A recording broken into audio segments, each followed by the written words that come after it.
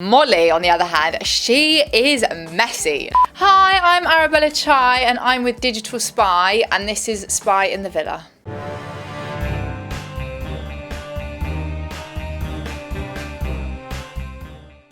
The casting process kind of started back in March time, so that was kind of when the process started in the castings, and obviously there was more than one audition, so it was kind of like from there on that was kind of like when I was in the running to potentially being in the villa. Isolation was, they call it lockdown. So I actually flew out really quickly. I was kind of like on hold, and I had a call from one of the producers saying, right, you might be flying out tomorrow, you might be going in the day after. So it was kind of a really quick turnaround. It was literally like 24 hours.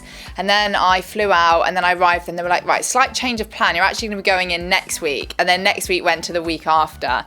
So it was constantly like changing. So I felt like for me, it was kind of that, you're constantly like waiting, but in a weird way I actually preferred that rather than getting there going, oh, you're actually gonna have to wait in lockdown for another 2 weeks before you go in. So I quite like the fact that it was kind of felt like my adrenaline was staying there, but it was okay, you know. Obviously without having a phone it is really hard, but I just trained and got a good suntan, so I can't complain. Obviously you have to kind of like, when you're in lockdown, you have to be up to date with kind of what's happening, so then when you go in there you're very aware of who's together and kind of what's happening. The only one I didn't watch was the night before I went in, but up until then, yeah, you have a chaperone and you watch the episodes with them and kind of talk about it with them. So the 24 hours after I got voted out, you go down again back into lockdown, because obviously the program's 24 hours behind.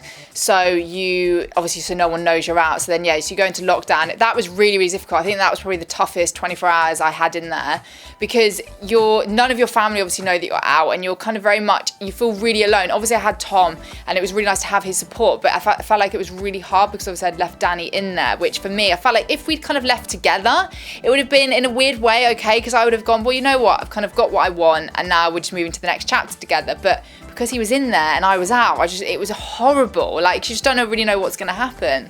I wasn't really surprised by the boys' decision. I felt like because I was the last in, it was kind of last in, first out, and at the end of the day, they had to make a decision, and the decision was so hard.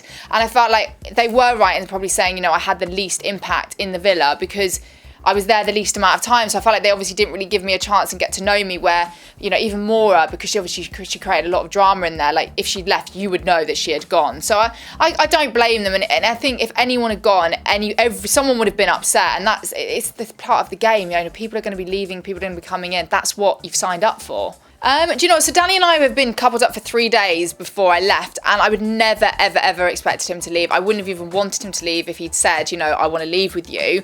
The only thing he said when he left was that was the best week of my life, which I was quite surprised by.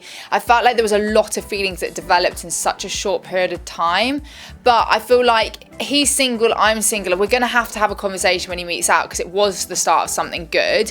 If he couples up with Jordan and they get on, then I completely support him. That's a decision that he's made, and I would never hold anything against him. You just have to do what you feel is right for you in the moment in there.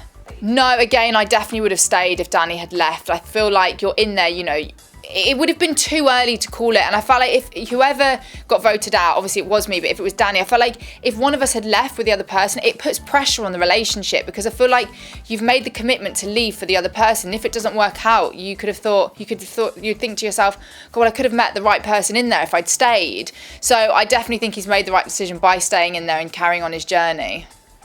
1,000,000%, Danny and I would have definitely survived the Castle Moor, which is kind of a shame, because I feel like we could have just proved everyone wrong. That's why I wish we'd been given that opportunity to kind of like show everyone that we were so strong, because I feel like there was a bit of people were kind of saying that I'd have my head turned at the first opportunity, but I feel like I would have been out there with the girls on that daybed, like, yeah, being so loyal. I don't know if he would have been. I feel like he would have been, because I think deep down we both knew that it was at the start of something really special, and maybe it still is, but time will tell. Yes, I hate to say it, but I do think Michael will be. I feel like the casting team are very clever, and I feel like they pinpoint people in at very good times that will obviously sway people, like, you know, with Anna and Ovi. But unfortunately, I do think Michael's going to go for Joanna. I feel like he's kind of realised from spending time away from Amber that perhaps Amber isn't everything he thought, and I think her immaturity is kind of showing now that they're not spending time together. And, you know, he said it himself that he feels like the past week he's not been himself, and I think that's down to her, which is a real shame, because when you see them together, they do go well, but I just think he's, you know, not having her there has kind of opened his eyes a little bit. I think Amy and Curtis are really solid. I feel like people have quite split views on them, but I feel like they're just kind of unique in their own way, and that's why I feel like they work, because they are so different but so alike at the same time. So for them, I think that's what makes them a really, really strong couple. They both just love really quirky things, and they're just, honestly, they're so lovely, and it's like they're both like married but like still have that like excitement honeymoon phase, and they still want to kiss. Yeah, it's just they honestly, if you see them in real life, they are like two peas in a the cleanest to live with. Do you know what? I feel like because the kind of boys and girls are separated, obviously the boys kind of have their, like the bedroom, that's their changing area, and the girls have their dressing room. So cleaners, I'm very, very tidy. So I'd probably say myself, like my wardrobe was like, everything was like hanging and tidy, and my laundry was in a pile. Molly, on the other hand, she is messy. Like, it doesn't really bother me, because even though you obviously have a communal space, like her wardrobe, everything was in a wardrobe, but it was like a state. So yeah, Molly was definitely up there with the messiest. So the days actually go really, really quick. We actually have no idea what the time is. You're gonna have to work it out by the sun. So I feel like days go quicker than what you'd expect, because you don't know what the time is. So you're not like clock watching. But in the day, we kind of chill. Like, you don't really get much sleep in there. So I feel like you kind of doze in the morning. You get up, you doze, the boys kind of go to the gym, and you just chat. It's like when you're on a holiday, like say a girl's holiday, or you just holiday with your mates, and you just chat for ages. Do you know what? I feel like since I've been out, my friends and family have been so supportive. Obviously, I was only in there for 8 days, so it was really hard to like make a massive impact. But I feel like they have said to me that I like really did them proud. I went in there, followed my heart, and I kind of just kept my dignity, which was really nice to hear when I came out, because at times it was really hard, because obviously I had quite a lot of tension between the girls, because they were stealing one of their best friend's boy. So, it was hard. So it is nice to know that, I had their support and I did them proud. Yeah, do you know what? I felt like it's when Yewande left, I actually felt like it shocked us all how quickly it got squashed. And even Danny and I were saying when we first coupled up, we said to each other, right, it's going to be really difficult for a couple of days. But it wasn't even a couple of days. It was literally like the day after. It was kind of like it was just squashed. And I felt like I'd really like made an effort to say to the girls, look, I know the situation's not ideal, but this is what it is. And we've all got to live in such a small environment that we just have to get on, because it's not fair. Like, Danny's obviously could have gone about it in a better way by, saying the truth to Yewande. And I did what I needed to do by following my heart. So I felt like it just got squashed. So it just got squashed really quickly, which was good, because obviously when I did leave, it was really nice to have all the girls' support rather than being like, oh, thank God she's left. So Lucy and I became really, really close friends in there, which was so nice. She's literally like a sister to me. I feel like it's a really similar situation for her as it probably is with Danny, and you have to just carry on your journey there. Whether she meets somebody in there and couples up with them and, finds something like a romantic connection with it, is up to her. Because then when she comes out, I feel like her and Joe, like Danny and I, will still have that opportunity to have a conversation and then see whether there is something picking up again, or whether it's just worth leaving and perhaps the person they're with is better suited for them. So I do think that she's in a very similar situation to Danny. So I don't really know what she'll do. Like, I know she's got her eyes on George and I can't remember who else it is. The other, Stevie, I think it is, which again are her type. So we'll see. But Joe seems a really nice guy. I've only met him once, but yeah, he seemed really genuine when I met him, and I can see why they click. But again, I haven't met Stevie or George, so it's really hard to like make an opinion on them.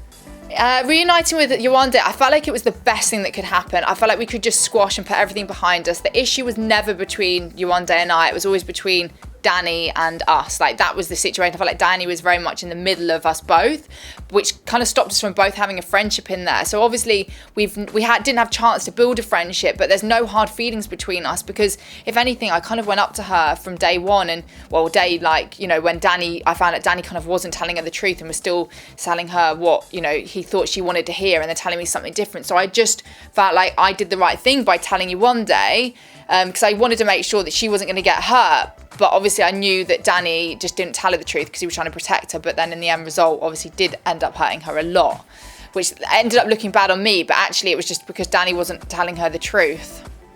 Yeah, after Sun last night with Yewande, it was really nice to actually kind of catch up off camera. I felt like there was quite a lot of pressure on us on camera. I was like, why are people making this into a thing? Like, there's no hard feelings between us. But yeah, our mums met, which was really, really nice last night. And then Yewande and I had a really like nice chat and kind of put it to bed and hugged it out. And it was really, really nice to just kind of like be like, okay, it's all good now.